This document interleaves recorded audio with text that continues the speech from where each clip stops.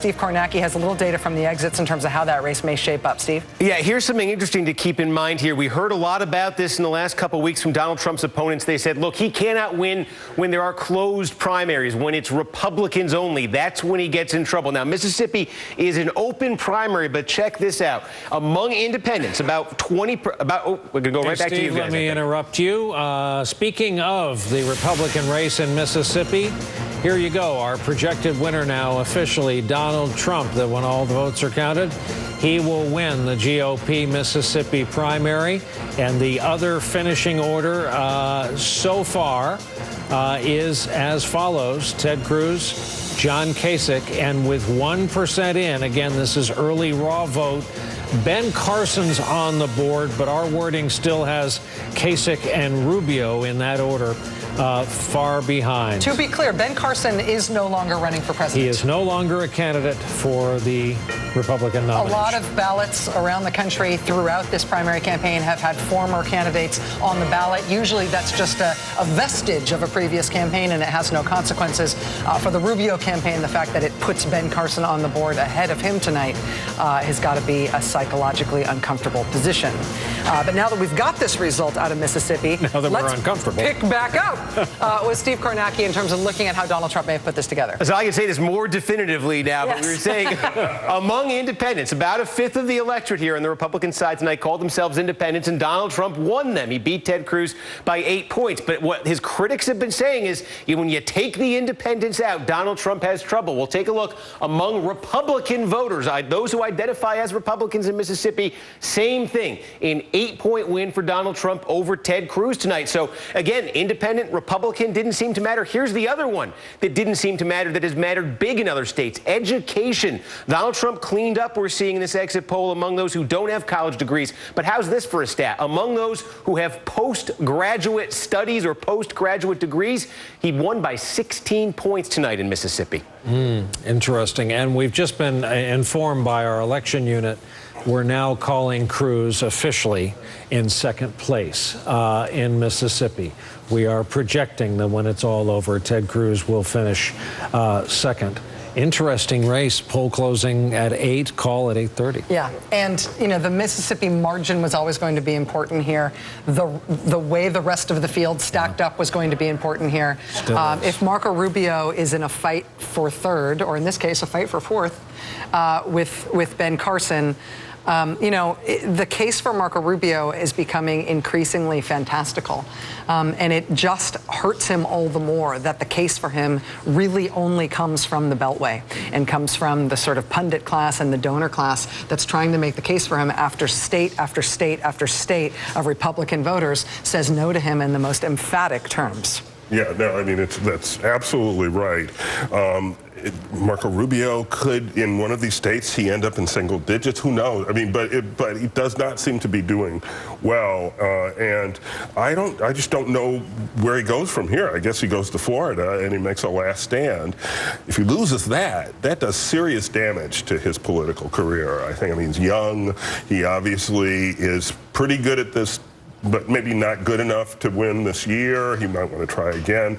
So he's got a calculation to make in the next week. You know, one firm prediction I make is that from Mississippi we will hear other campaigns say, well, a majority of Republican voters, you know, still voted against Donald Trump.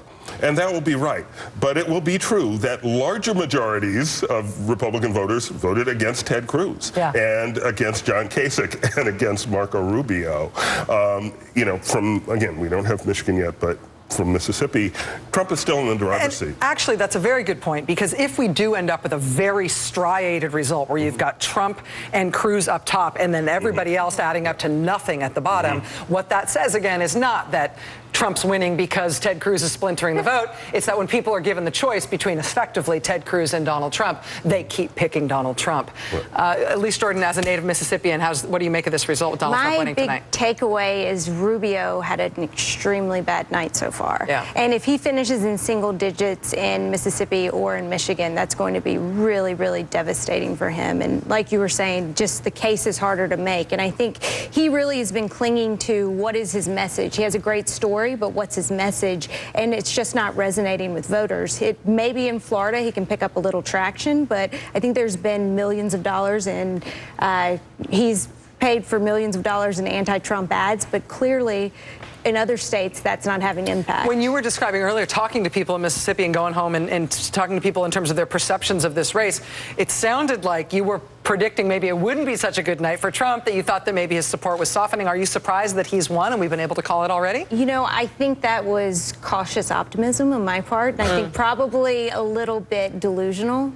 I should have been. Are you having a cold shower right here? I'm just going to be honest. I probably was, and I also probably, didn't. I was talking to people that I was also trying to make the case against Trump.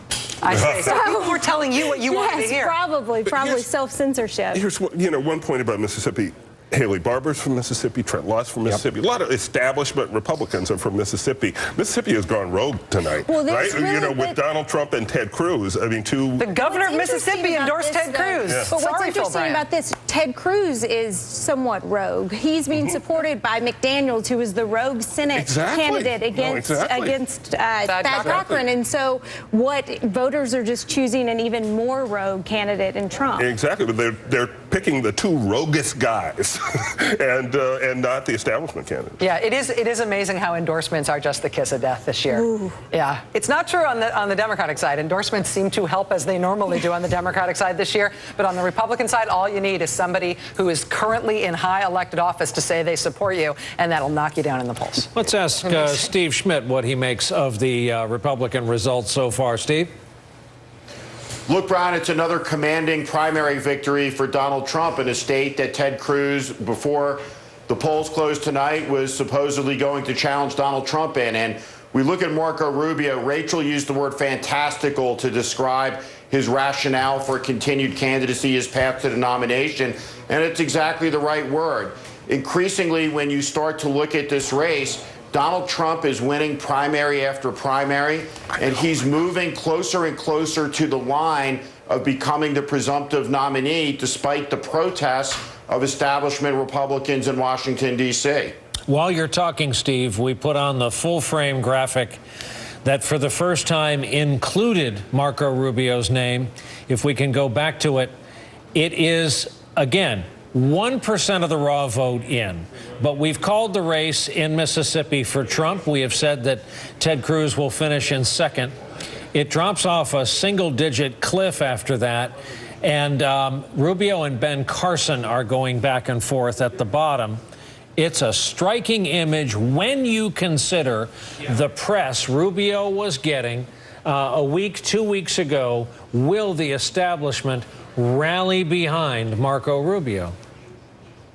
Look, Marco Rubio's campaign in many ways, Brian, effectively ended the night in New Hampshire where Chris Christie went after him. And Marco Rubio, who was poised to win the New Hampshire primary, to come in second place, had a poor finish there. I said at the time that he was going to probably bleed out slowly over the course of the next weeks of contests, and that's exactly what's happened. So when a candidate says, my rationale for continuing in this race, and I'll be the nominee because I'm able to put together a victory in my home state, but literally nowhere else, that's not a rationale. It's a fantastical alternate reality vision of the universe. And Marco Rubio now has a really tough choice to make. He's young, he's talented. Timing is an underappreciated virtue in politics. Clearly, this year wasn't his time. It's the year of the outsider and the insurgent. He's got a tough decision to make whether he wants to stay in this race heading into Florida, because if he loses, it'll be very consequential for him. Steve Schmidt, thanks. A little over 22 minutes till our next poll closing. Let's fit in a break. We'll be back right after this.